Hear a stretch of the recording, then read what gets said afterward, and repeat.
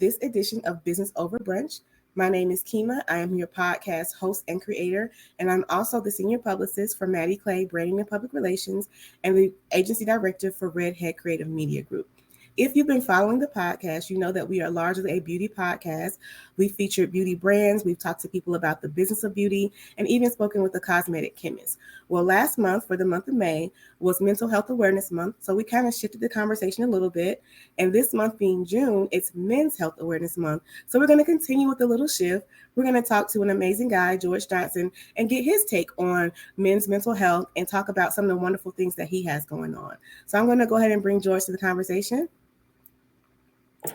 Hi, George. How are you? I'm doing well. How are you? I'm doing good. Thank you so much for joining me for brunch today. I'm super excited to talk about your book and some of the wonderful things that you have going on. So, of course, we know it's Saturday morning. It's brunch time somewhere. So I'm enjoying a little Tazo passion tea. What are you having for brunch today? I'm keeping it clean today. I'm just drinking water. That's what I should be doing because I'm detoxing, but I'll catch up on my water after this. So Gotcha. thank you again for joining us and giving us a little bit of your Saturday morning. So tell us a little bit about yourself and what you do.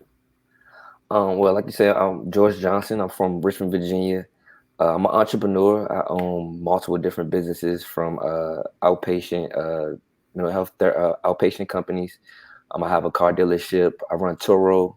I don't know if you're familiar with that. I do a bunch of different things, but right now my book and my memoir that I wrote is something very passionate. I've really been pushing and really trying to get out there. All right, and I read the synopsis on Amazon, so I'm definitely intrigued by the story, and I'm adding it to my Kindle. So tell us a little bit about your background and how it carved out that memoir for you. I'm an inner city kid. I grew up like inner city, Richmond, Virginia. Basketball was kind of my life. Traveling, playing AAU, and all those type of things. But I'm the baby boy of 5, and one of my oldest brothers was a superstar. He was one of the top players in the state and the nation. And it's who I really wanted to be growing up. It was just basketball. That was my life. And basketball was able to take me on to get a college degree and push me into entrepreneurship. But my book kind of picks up and goes into great detail of the past 4 or 5 years of basically both my brothers had got into a situation, and they both turned into federal informants and basically pulled me into something to leverage themselves out. And so my story kind of goes into detail about just the mental toll that it took on me and my family, and just kind of, how I dealt with it all.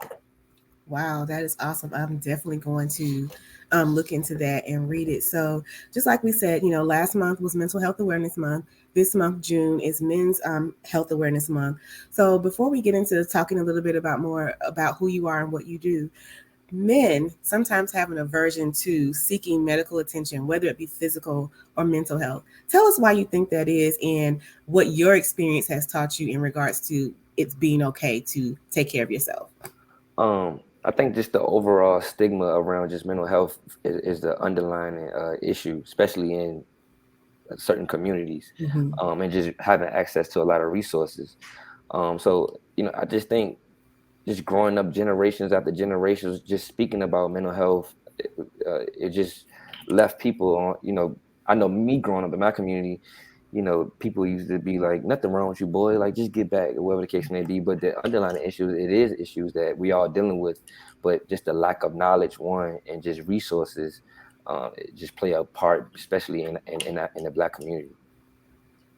So taking it a little step further. So in one of our previous conversations that we had with a mental health advocate, like you said, it's still kind of, you're okay, you don't need help, but we realize there are some things that trigger us and we do need to seek mental health support. So with your book, which we know is Double Cross, your memoir, tell us a little bit about some of those challenges that you had with your mental health, going through those situations, and what was that turning point for you to decide, okay, I've had enough, let me focus on me and get myself together? That's a great question. I kind of don't fit the exact mold of just, my peers and where I grew up, because I actually got into mental health, but in an ownership position. I never saw myself as needing, these kind of services until I kind of went into great detail in my book, where I work out every day. I still work out as if I'm an athlete. and I'm in the midst of fighting the federal government and dealing with all the family dynamics that I was dealing Right. with. And this one day I went to go work out, and if you're familiar about in the gym on the bench press, I always just warm up my body of Hmm. lifting the bar. The bar is like 45 pounds, and so that's something easy, right? And this day I went into the gym and I literally couldn't lift the bar Oh, off wow. the rack, and I thought I was just like, man, I need to eat a snack, or maybe I'm just tired, and so I took a break and went and got like a Snickers and ate it, and then went back and I literally still couldn't do it. And I remember leaving the gym, I didn't work out. I just went and sat in the car, and I was sitting in the car for like hours. And that was the moment where I realized something wasn't right. And I ended up going to the doctor, getting a physical, because I was like, maybe like my body breaking down. Hmm. And I got a physical. The doctor was like, no, you kind of like in perfect shape. And she just was like, what's going on? Like, what you been dealing with? And I told her, and she was like, yo, what? And so that's what began, me able to just, and because I'm in the field, I knew where to get resources, and that's where I started just working on my mental health. Awesome. So, unfortunately, it does take sometimes that body to tell you, okay, it's not just your body, but it's Right. something else. So, I'm glad that you went and got help with that. So, for some young men who may have had some of your same background story, growing up in the inner city, family sometimes bring you in. What are some of the things that you tell them when you're doing the intake process, or even when you're talking with them in your mental health facilities? What advice do you give them in regards to pushing yourself forward and moving beyond your situation? Um, that's another good question. So now, and a big motive of my initiative of why I want to break my story and push my story is because the truth of the matter, the youth and just basically the culture, it's like they gotta gain confidence and see someone else doing something that they feel like is cool or relatable or they can connect to. Hmm. And so I knew how I looked, how I dress. I got tattoos. I talk like a regular guy in the street or whatever the case may be. That could be that you gotta connect with especially the Right. youth to make them even buy in or even listen to you a little bit. So now I kind of just share my own personal stories, like, yo, this is what I'm dealing with and dealt with, and this is how I overcame it. And so I realized with my book, I've been making it easy to have these conversations just because I can meet them halfway. Like, yo, he looked like me, he talked like me, Hmm. he listened to the same music. And so I've been leveraging my image and my perception to kind of have these conversations and kind of make people open up. Right. And I think, and I like the fact that they see your outward appearance, Right, not realizing that, hey, this is somebody who can help me. That it's like right, that stereotypical type thing. So of course we know, like in the last month or so, the whole Gunna and Young Thug situation. right. I feel like it's the perfect example of you thought you got away with it and now it's Mhm. coming back. So what do those conversations look like when you're trying to talk to your young men to say, hey, we don't want this to be you, or this could have been me, but this is what we need to do to move past that. Um, so, and like I said, I'm fully, really still connected with the inner city and everything that come with that. And then just to be honest, all of my younger guys and just all across the world, they dealing with a lot, and they using Hmm. other things to cope with it.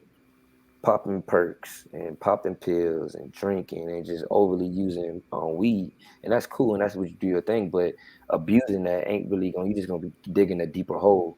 And so, I in my story, I talk about how like I wasn't doing drugs, but like I just started drinking to cope with just the stress Hmm. and try to remove myself from just the stuff, the pressure that I felt I was under. And that spiraled me into being depressed.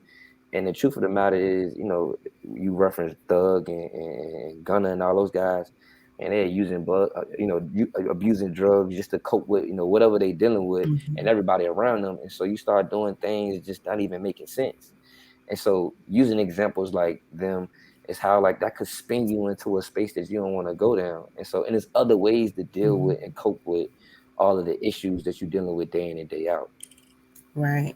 It's so much going on in the last couple of years, especially with the pandemic and the George Floyd situation that sparked the whole Black Lives Matter, which is something that I feel we've been dealing with our entire lives, but Right, it brought it to the forefront. So I know you mentioned like being relatable and just talking about different things. This conversation is going to continue to go on because it's always going to be something that says, you're black. this is how you're treated. You're in another culture, this is how you're treated. But somewhere along the line, we have to be able to begin to look at ourselves and be able to protect our mental health and protect our mental peace and just be able to deal with coping things. So for someone who isn't to that point yet where they say, I need to check myself in or I need to get some help, what are some of those things that helped you as far as coping until, or that you give advice to other people coping until you get to that point where you can't manage it on your own anymore? I'm gonna be honest, and I tell everybody, I didn't seek out to write a book, and I share with a lot of people how, amongst my peers and my friends, me even having a book is like a comical thing. Like, yo, you wrote a book? Like, what? How you write a book? And so the truth of the matter is, I didn't start off with writing a book. It was therapeutic for me to just start writing down stuff that I was dealing with and what I was going through, stuff that I never shared with my mom or my friends.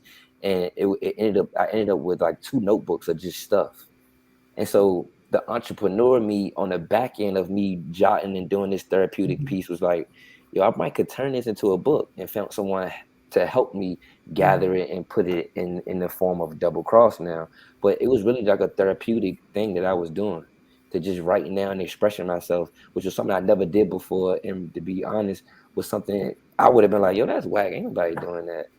But it actually being a therapeutic piece, and now I actually got an actual book that I can sell and make money from. Mhm. And so, like I say, I always reference like just using myself as an example, and that might not work for everyone, Right. but I know what works for me. I want somebody to tell me what worked for you. Don't tell me what somebody else told you or whatever the case may be. Share your personal experiences and let me pull from that. And it's good that you said that about the book, because that's been the common theme when we talk to other people about mental health over the last couple of months. Is journaling, it's writing it down, it's Yeah, getting out of your mind hmm into the atmosphere. You might not feel comfortable talking to somebody, but you're still getting out. And it could be, a personal journal for you. It could be a book that you turn into, like yourself, for Double Cross. So I think that that is a really good coping mechanism. I journal from time to time just to right, say, I just need to get this out. There was an image I saw on Instagram like maybe a year or so ago, and it was a 30-day letter writing process. So every day you wrote a different letter to someone different, someone who hurt you, someone who left you. So, and it just triggered so much. But after I finished it, I like, oh, I got that all out. I didn't realize I had been holding on to those right, things for right, so long. So I'm glad you mentioned that that was a way for you to get it out. And for you, it just turned into another opportunity to continue to tell your story. So that's exactly. great. So how did you decide that you wanted to open your mental health facilities? Um, like I said, I always try to keep it honest when people ask me questions, but you know, basketball was my whole life, and I kind of share about it was a traumatic situation that I went through, which prohibited me to go play professionally across seas. And so entering into the workforce was actually at one of my brother's mental health outpatient companies, and Okay. that's why I learned. That's why I learned the industry. I learned all the do's and don'ts. Um, but at the same time, it was the beginning stages of, well, me and my brother relationship kind of started going downhill. I was able to save up my own money and start my first mental health outpatient company back home in Richmond, Virginia, where I'm from, and I just started expanding, which led me to Houston, Texas. But it was never a niche that I even knew about. One, uh, I got educated while I was in it. I just Mm-hmm. started off as a office guy, punching holes in paperwork and passing out coffee. But like with anything, I just wanted to learn the whole industry from A to Z, and that's what I was able to do in like a year and a half. Awesome. So, and I do like the fact that a lot of everything that you do is based upon something that you've experienced and just moved Right, you into something else. And I feel like when, especially in these types of environments or the industry, it always helps when you have someone who's been through what right, you're going through and it's not just like a textbook answer. So, exactly. with your facilities in Virginia and Texas, and of course with plans to expand, like who are your target? I don't want to say patients. That sounds so insensitive. But who is the Clients. target? Yes, thank you. Target clients that you outreach. Do you have like a specific age group, a specific type of people? Like who comes to your outpatient facilities for help? I only work with and this kind of would clear up. I only work with Medicaid, so Okay. the poor, the low end, everyone is on Medicaid. That's the only person I provide services to. So I'm gonna be, honest again. every community I work in and every city I go into, I literally go find the data on where's the poorest, most struggling communities. Because why? That's they have the least resources, and they Hmm. for sure, mental health isn't high on the list of things. Right. They trying to figure out how they gonna eat tomorrow and those type of things. So that's where all of my services in Texas and Virginia concentrate in. Okay. I do like that because you Mm, never, that's one thing that we haven't touched on is the affordability part of right. getting mental health services because that does make a big difference. So some Mm, people might say that might be like a bad ulterior motive, but I think it's very beneficial because, like you said, people are struggling with day to day living, especially now. The cost of gas in most places is $5 right. a Exactly. gallon. If they don't have if they have public transportation, I'm sure the cost of that is going up. Mm. Food prices are going up. And it's Yeah, just so. in those communities, you dealing with a lot. Well, you dealing with a lot of stuff, like a lot of Mhm. street stuff, a lot of. I mean, there's so many young daughters. I mean, young women is in my programs is being raped by their uncles, their mother's friends, and just everything that come with being in the hood, right? Like Mhm. some of them staying with their auntie, their grandma is 90 years old, so it's just it's the wild wild west, and so Right, the mental capacity of the kids and what they dealing with is beyond you couldn't imagine. It's like right. crazy, and I so can definitely yeah, imagine. That's kind of where my young area started, like in the underserved community, right, different things. So I feel like it's absolutely a needed service for those communities. And I applaud you for looking at that thank you. aspect of it and going in and building facilities that they can, take advantage of and not just the economic, resources, but mental health Mm, is going to be very huge. And you just don't know how that one service or that one session can play a part in how somebody moves their life forward, helping them get out of that situation. So I think that that's very unique and mm. very needed. For someone who's not in Texas or Virginia, but they meet the criteria that you have for your facility, do you offer telehealth services where they can reach out, or do they just need to wait until you have an office in their area? So actually, we do, but a lot of people don't understand in that world of services, they still govern you by your state. So like my Okay. clinical staff that provide mental health counseling here in Texas can't provide services in New York because of Okay. the jurisdiction Gotcha. of your location. So we can provide services in Texas and Virginia, but those are just currently the only states because that's the only ones I'm set up in. Okay, but that's still up. Texas is pretty big, so you Yeah, still it's very have big. a It's very nice big. size range of people that you can reach out to. So if you're in Texas or Virginia, make sure you look up Georgia's facility and tell us the name of your services so they'll know what to look for. So I funnel them all because I have two here in Texas and two in Virginia. But if someone communicate with me, I've connected probably over 30 people off of Instagram to therapists. So if they just communicate with me on my social media, I definitely could connect them in exactly where they need to be. Awesome. So we'll get to how we can connect you towards the end. So I like that. So Texas and Virginia, if you need services, please make sure that you stay to the end and contact with George so he can get you connected with Mhm. people that can assist you. So as we bring the conversation to a close, I want to thank you again. Tell us give us some encouraging words for some that young mother, someone who's been through a lot, someone who feels like they're really just a product of their environment. What are some encouraging words that you can give them until they can connect with you or someone like you in their area to help them take those steps to moving forward?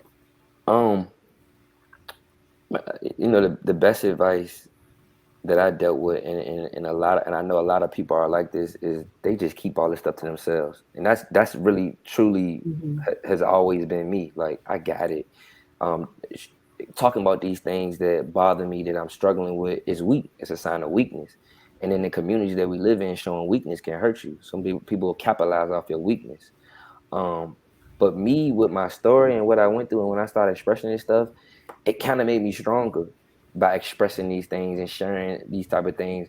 And I never thought about it like that, but what I would share someone, before they got help or whatever the case may be, but would be is strength in just expressing yourself and figuring out how to articulate these things that you're dealing with, and it's to help me like like drastically. Right. I definitely agree. Mhm. What you said about journaling and expressing yourself and just getting it out. get it out, because you don't know what'll be that triggering point. And once you get triggered, you don't know what the outcome will be and how you'll be able to come back from that. So tell us how we can connect with you. And of course, we have Double Cross the Memoir available on Amazon.com. So tell us how we can connect with you if we need your services or just want to stay in contact. My social media, and most specifically, is my Instagram, 2x crossed, the number 2x crossed.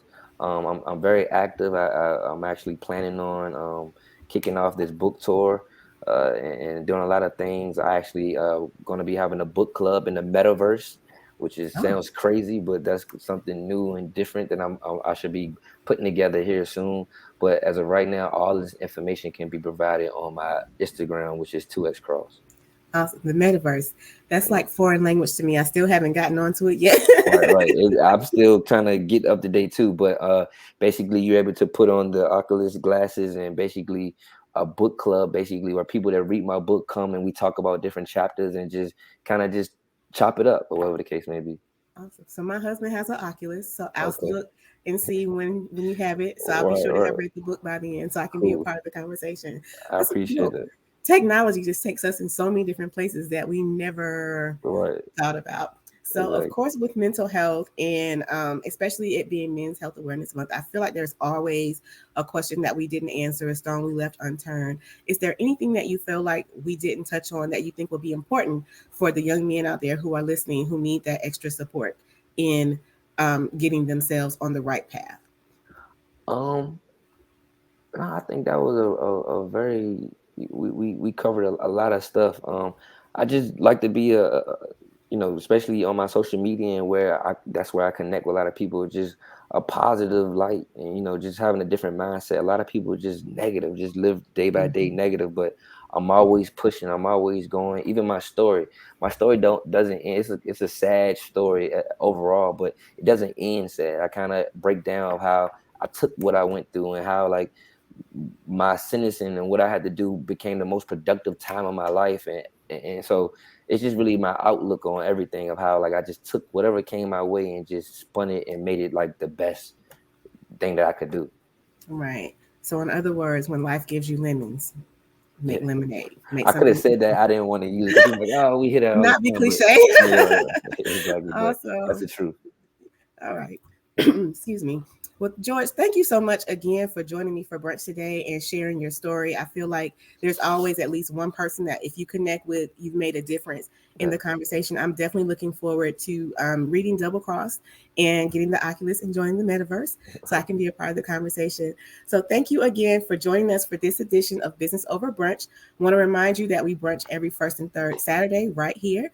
I am your host and creator, Kima Boyer, and we were joined today by George Johnson, the author of Double Cross, a memoir, and owner of several mental health facilities. So until the next time, please be blessed and enjoy whatever is on your brunch menu. thank you.